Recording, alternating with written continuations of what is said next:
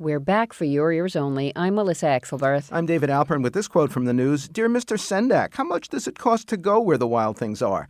That was the letter from an 8-year-old fan of the most famous of more than a dozen dark but dearly loved children's books by author-artist Maurice Sendak, who died last week at 83. Now this. Hello, Barnabas. Remember me? Witch, you cursed me to be this hideous creature. You may strategically place your wonderful lips upon my posterior and kiss it repeatedly. You don't usually think of dark shadows as a sign of summer, but they are this year at least a new movie version of the old Gothic TV soap opera with Johnny Depp as the blood-sucking ham, a totally self-conscious, irresistibly irreverent 18th century vampire culturally adrift in the swinging 1970s. And Dark Shadows, the movie, is just the start of Summer Cinema 2012. To talk about some of the recent releases and what's to come for your ears only, we're pleased to be joined again by Boston Globe critic Wesley Morris, recently awarded a Pulitzer Prize for his reviews. Welcome back to the program.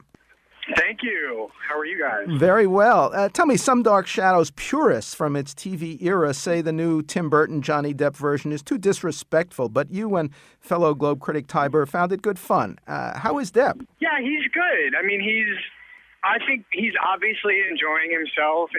He and Tim Burton have an obvious thing. You know, they work well together. They have a good chemistry, and I think Johnny Depp he likes playing sort of like dark characters in general, and I think that this is a part that suits him perfectly. He gets to be hammy, he gets to be funny, and the joke is basically this Gothic 18th century character winds up in 1972.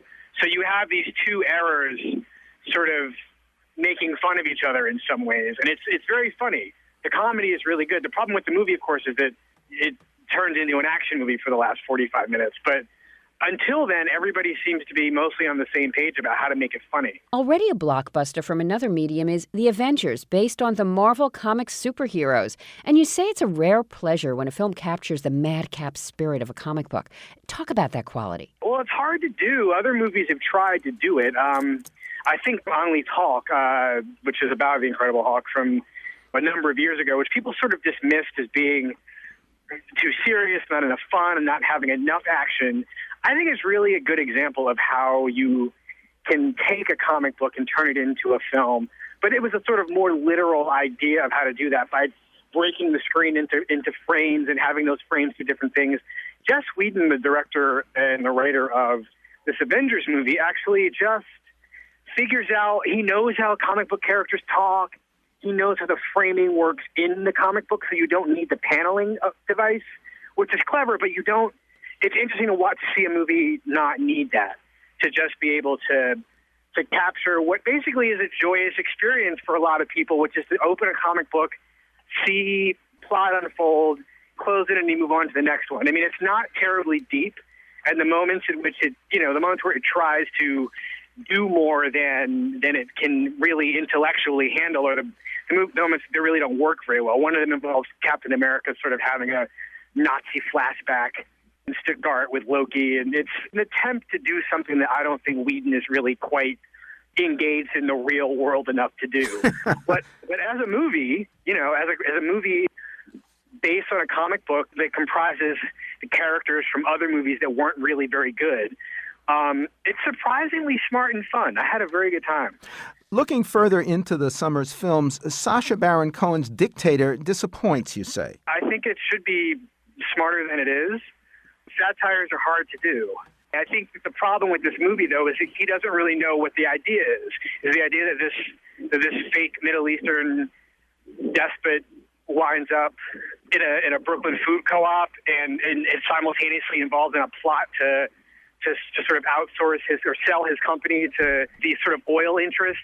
I don't know exactly what the joke is, but occasionally there's a joke within the joke that's very funny. All the stuff in the food co-op is actually pretty cool and smart and worked out. And, Sacha Baron Cohen and Larry Charles, the director of this movie, they're really good at culture clashes. And I think this movie is at its best when it is taking one sort of farcical culture and putting it in the context of another sort of farcical culture, and that's where the comedy comes from that tension. Battleship is a popular board game transformed. For better or worse, do you predict? I don't know. I don't know how one plays Battleship and says, oh my God, you know what?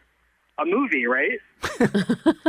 I don't know how you get there. And then not only that, this movie has to be at least extremely entertaining, because not only did they get to the point where they wanted to turn the board game into a movie, they said, oh, and you know what we should really do is cast Rihanna to do something.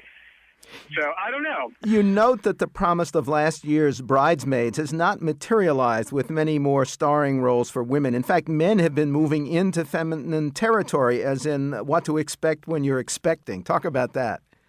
Well, it's just interesting that the movies are usually, there's some lag time at the movies where you expect at some point that the thing that happened last summer would just keep happening, but that's not necessarily the case, because movies that go into production, in May of 2011 probably won't see a theater until, the following, until 2013.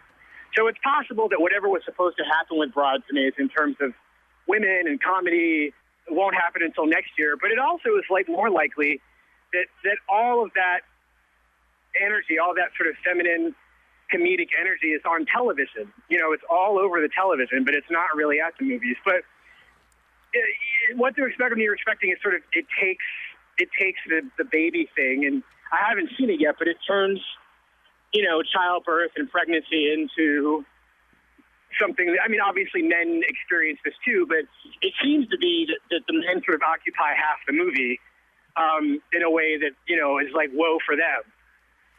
What else are you particularly looking forward to on the big screen this summer? As everyone else in the world, I'm looking forward to The Dark Knight, the new Batman movie. There's a Will Ferrell, Zach Galifianakis movie called The Campaign that sort of asks us to believe that these two people could be running for office. That has a promisingly silly premise that I think might actually work. Sparkle, the movie based on the musical with Whitney Houston. There's an Oliver Stone movie that looks really good called Savages. Or it looks promising. I don't know if it'll work, but he's making another one of these noirish sorts of ensemble movies, and I think, he's at his best lately when he's not sort of focused on a bigger picture or trying to exercise some kind of political demons. Boston Globe critic Wesley Morris recently won a Pulitzer Prize for his reviews. And a quote from the news: "I didn't have a picture of what hair should be, but I had a definite picture of what hair shouldn't be." That was Vidal Sassoon, responsible for the elevation of women's hairstyling as a VIP art, dead last week at 84. Next, the Health Cocoa Connection for your ears only.